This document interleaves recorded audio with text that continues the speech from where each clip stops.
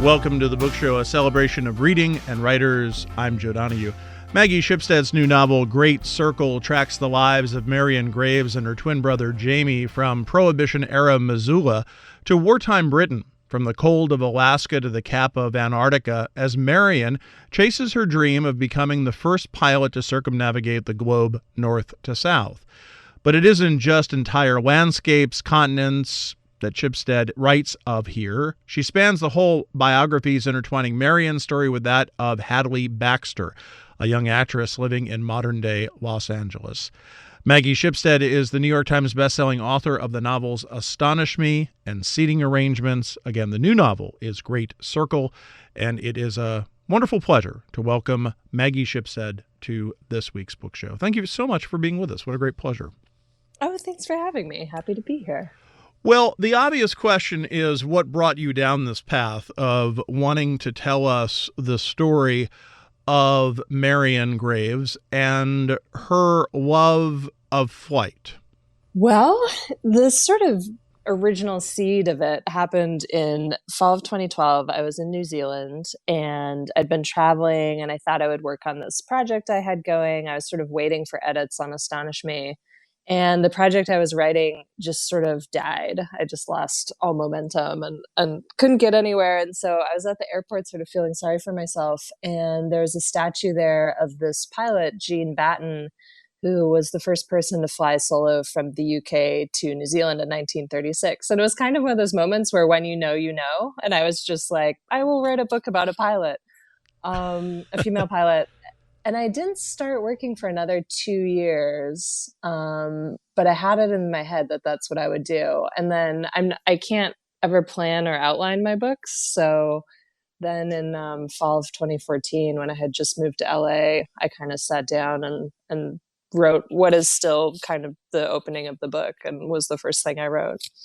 Well, that's interesting because it answers the question that I ultimately had for you, which is, without the planning and outlining aspect of it, did you know that it was going to take such broad a scope, that it was going to be as epic in nature as it is?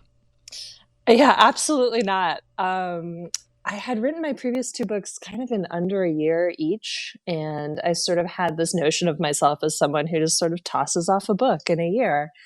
And so I thought that that would be the case for this as well. I thought it might be slightly longer than my other books, but yeah, I sort of immediately made things difficult for myself because I was like, this should start with the launch of a ship in 1909. And then I pretty quickly had the idea for Hadley. And so then I had two threads going. And then as I went forward, I had sort of this idea for these sections called incomplete histories, where I would sort of, go back in time and zoom forward and include all the history of Missoula or quite a lot of history of aviation. And so it really kind of sprawled semi out of control as I worked and was certainly not the plan. But, I kind of gave myself over to it and the book became something that was about vastness and complexity and how do you sort of wrangle that and how do you measure yourself against it. So I embraced it for the most part, although I had plenty of days, particularly maybe when I was 2 years in and I realized I wasn't halfway through a first draft. I'd written, 450 pages and I knew I had at least that much more to go. And that was a hard day. You mentioned Hadley, the character of Hadley Baxter, who is a modern day actress who ultimately plays Marian in the movie of her life, and her story emerges very quickly in the novel, and you see how the two are going to play with each other. There are different ways to describe this, of course, of having dual narratives, but that word of a dual, of how do you balance that out? Because Marian always really does take center stage. Yeah, and intentionally so. I mean, that was one of the biggest challenges of writing the book was sort of figuring out what kind of balance I wanted between them and having kind of enough Hadley, but not too much Hadley. I've heard voice I've been describing as acidic. Like I think it's something that kind of cuts through the bulk of the novel. And I wanted that variety, but I also wanted this sort of lens on how much is lost when a person disappears or when a person dies. And so, Hadley's trying to reconstruct Marian's life, and partly by virtue of being a celebrity. So somebody who people think they know and people think, construct all these narratives around. She sort of has this instinct that people can't really be known from the outside. And, when Hadley's biopic is being made about Marian's been gone for 65 years, and she left behind a notebook, which then becomes a novel, which becomes a movie. So it's all sort of this game of telephone. But I did have to sort of move Hadley's pieces around in the book, and I took a couple different approaches to them. So that was some of my kind of most involved revision as kind of the drafts ticked by. And what comes out, and without giving too much away, but what Marian and Hadley have in common is the loss, right? Is that the loss of their parents and the weirdness of growing up in that. Mm-hmm. Yeah, they're both sort of trying to figure out, how do I live my life, which is something we're all grappling with, of course, in different ways. And they have enough in common on sort of a concrete level that Hadley sees Marian in some ways as like, Marian's life is almost like tarot cards to Hadley. She's sort of wondering what's in it for her, and what she can take from what's left of Marian's life. And to her, I mean, I think what she really envies about Marian is Marian's sense of purpose. Marian knew she had to fly, and Hadley's not really sure what she has to do. She's under this crushing pressure of, public scrutiny and different expectations. But yeah, they're both, I think by virtue of the loss, as you say, being orphaned, and they're both raised by their uncles, they're sort of set up to be kind of always seeking something that can't really be found. And Hadley she knows Marian's story because she read it as a kid. I mean, she saw this book and picked it up, and there was a connection there. Mm-hmm.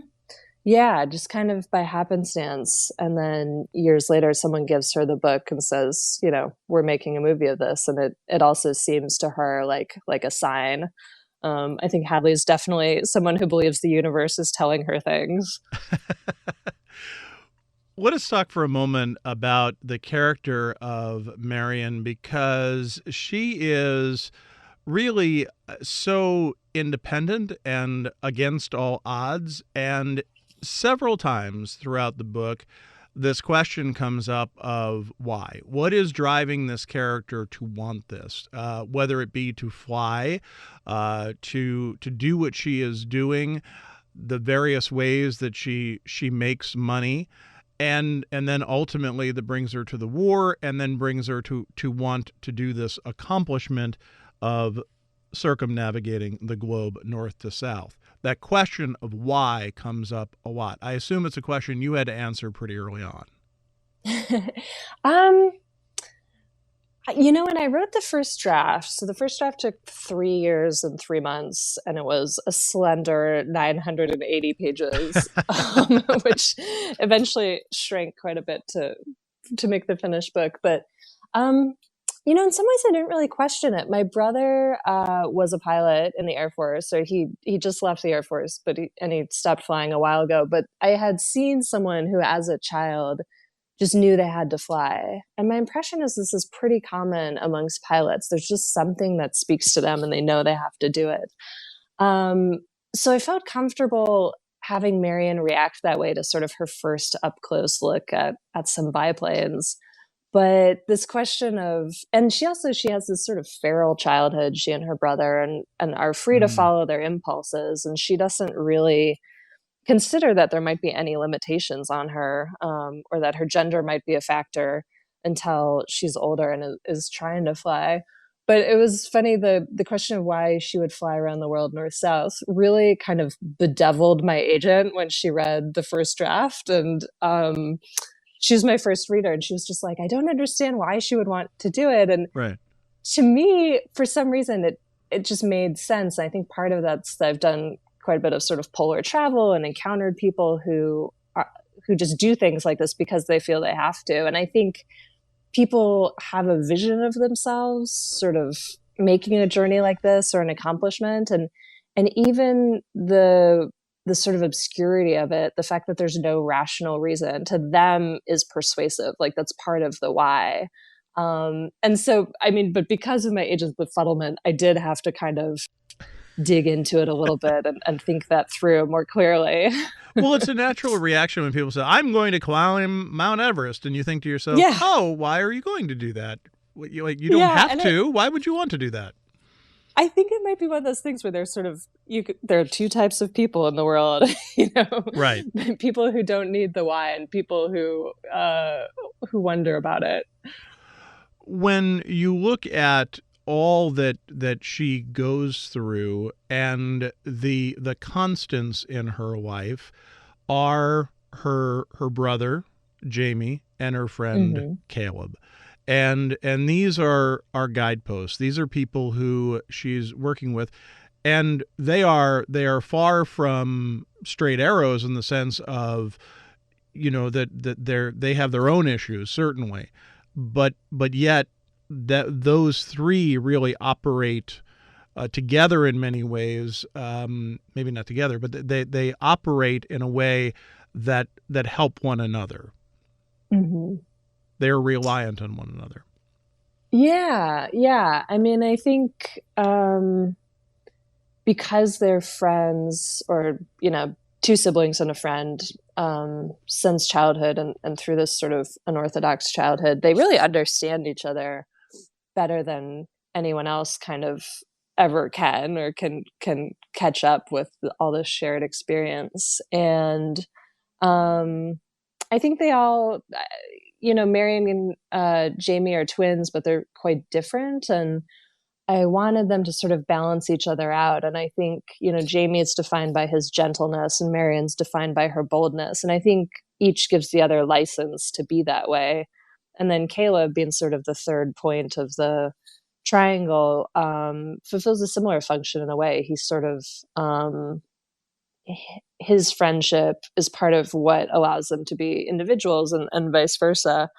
But yeah, because I don't plan, I sort of casually introduced Caleb as I was writing through their childhood without thinking through how important he would be over the course of the book. But what I find with my sort of writing method is that when I hit problems later on, often the solutions are embedded in the earlier part of the book. And in some ways, that's how Caleb functioned for me as a character.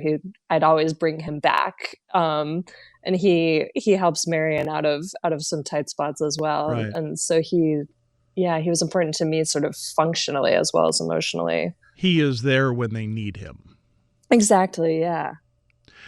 When you look at the overall story that you wanted to tell, I mean, it is very much about flight. It is about Marian. It is about gender. And those are all things that are certainly addressed here. And when you do that balance of figuring it out, Marian is a very complex character. And was that complexity apparent to you from the very beginning, or did that emerge as you continued down the path? Yeah, it's certainly emerged. I mean, I think writing a character is a process of getting to know someone. And, I'm always going back as I understand the character better, going back and looking at the earlier parts to say, is this consistent with who this person is, or at least who they become? But, in some ways, she was a little bit of a cipher to me until fairly late in the process. And so I really had to sort of actively think about her and who she is. And kind of what I came around to was, here's someone who prioritizes freedom probably above all else, and sometimes at fairly great cost. And I think part of what drives the book is that decision to lead an unorthodox life just can't be one decision. It's really, ongoing decisions. And she sort of maintains this state of vigilance against sort of the encroachments of domesticity. She's determined to live her life the way she wants. And so that was really what I would sort of go back to as I wrote her.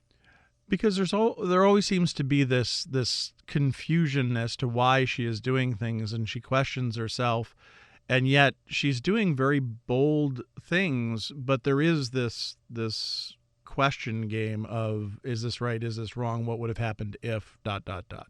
Which you seem to enjoy writing about. Yeah, I do. Well, and I think this is actually, I've maybe never really thought about this, but Hadley, when she's under this pressure from her celebrity, she'll have these almost tantrums. Like there's a scene very early in the book where she's in this high profile romance with her co-star, and she leaves a nightclub with this pop star and kind of is photographed and blows up her relationship. And it's almost like a lashing out or proving something.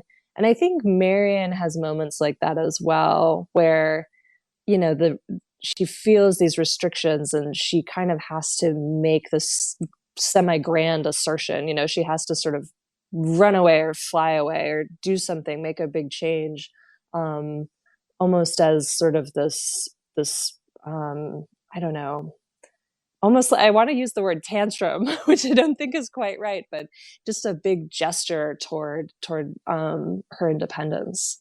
Maggie Shipstead is our guest on this week's book show. The new novel is Great Circle. It is published by Knopf. There's a line early on in the novel, very early on in the novel, where you write, people at least think they know about Amelia Earhart, even though they don't. It's not really possible. That really struck with me as sort of a tone, not only about Amelia Earhart, but also about the other pilots and people that you talk about from history that are included in this narrative. Give us a sense of how you address those who came before and after Marian Graves. Yeah. Well, it's funny, when I was writing the book and people would ask what it was about, and I'd say it's about the female pilot disappears trying to fly around the world north-south. And the universal response was, oh, like Amelia Earhart. And of course, it is kind of like Amelia Earhart, but I'd be like, no, it isn't. Even though Amelia Earhart was very much part of the initial inspiration, just because I'm really fascinated by the way we sort of metabolize her as a culture. There's so many famous female pilots in the 20s and 30s, like really household names. People followed aviation records, for speed or altitude or whatever. And so she was kind of one of many in a way. She's probably the most famous even then, but she's really the only one we remember, or children dress up as for Halloween, that sort of thing.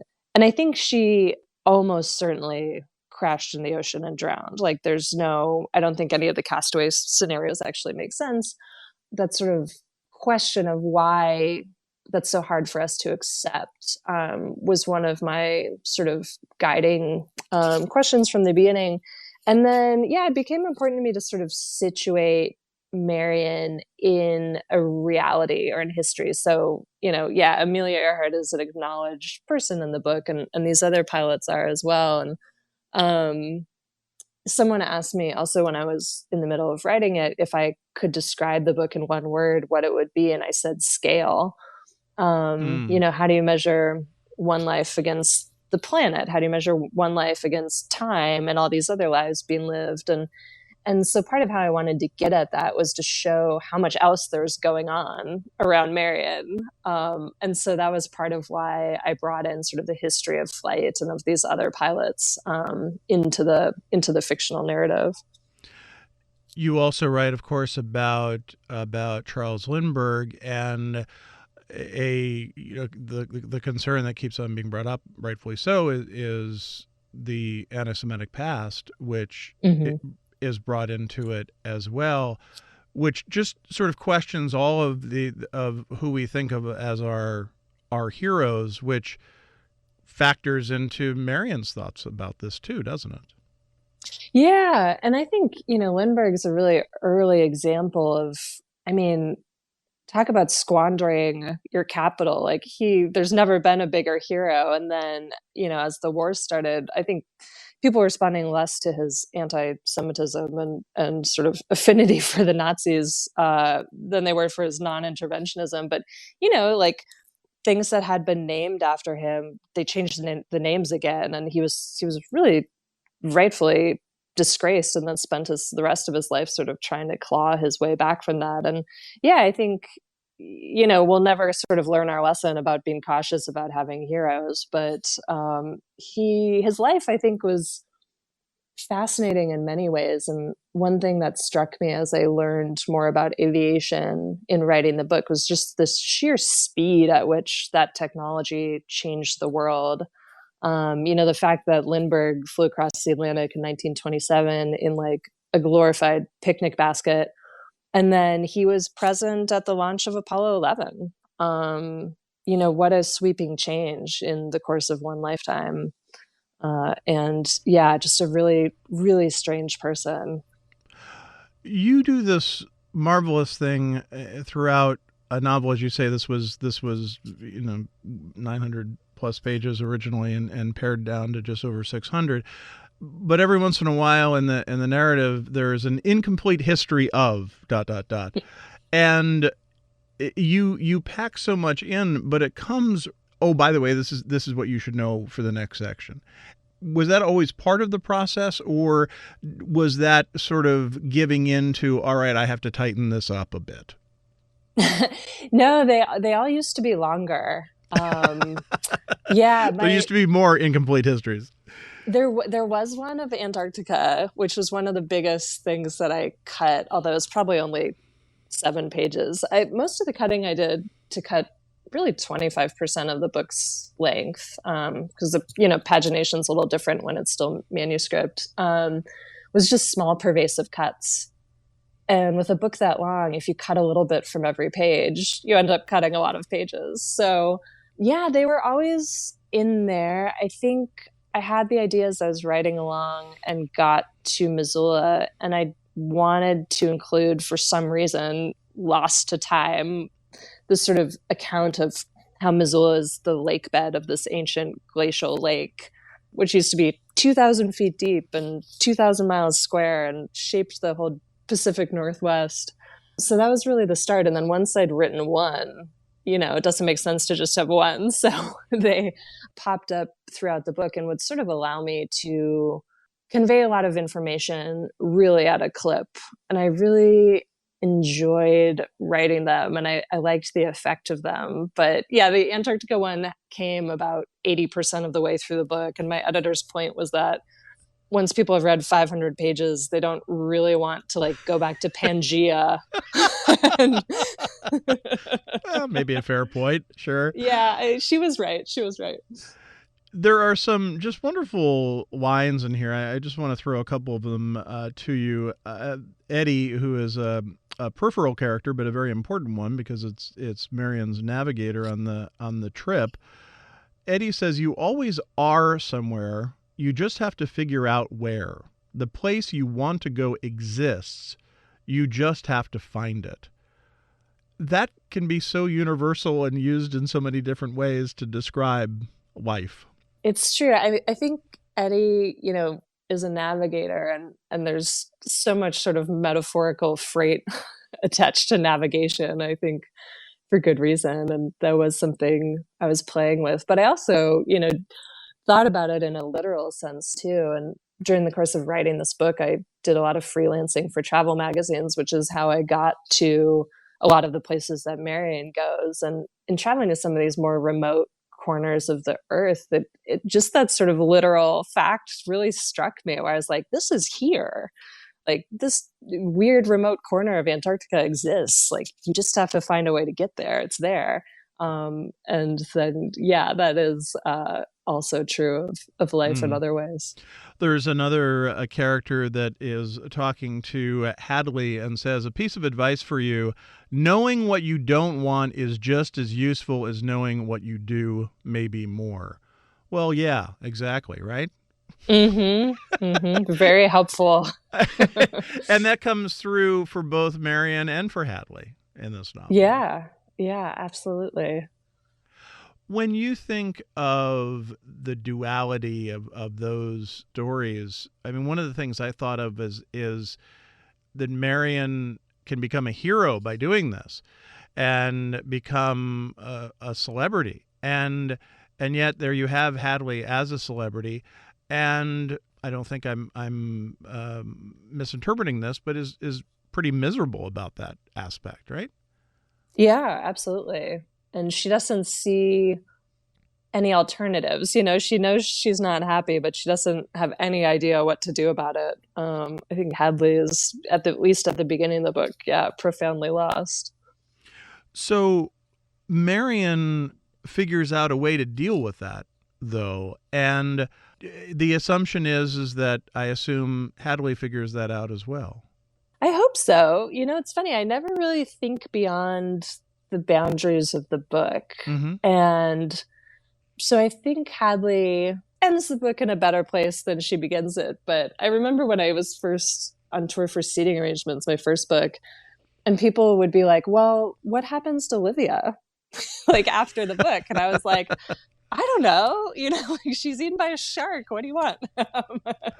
So yeah, I hope for the best for Hadley, but I don't know. So I have to ask this question because it did strike me many times during the novel. Hadley talks about the moment where she's standing on that stage with the Oscar in her hand. Mm-hmm. Did you ever think for a moment, okay, I'm going to write that scene?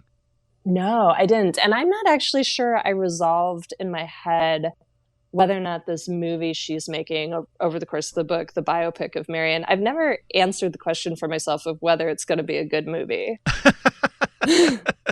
Because it has some Shaggy lineage to it. Exactly, yeah. And it's also the type of movie that's very difficult to make. Like there's a biopic of Amelia Earhart maybe 10 years ago with Hilary Swank, and it's fine. I kind of think this movie that all this work and money has gone into will also probably be like, okay. The new novel is Great Circle. It is published by Knopf. We enjoy hearing from our listeners about our shows. You can email us at book@wamc.org. You can listen again to this or find past book shows via podcast or at wamc.org. Sarah LeDuc produces our program. Bookmark us for next week. And thanks for listening. For The Book Show, I'm Joe Donahue.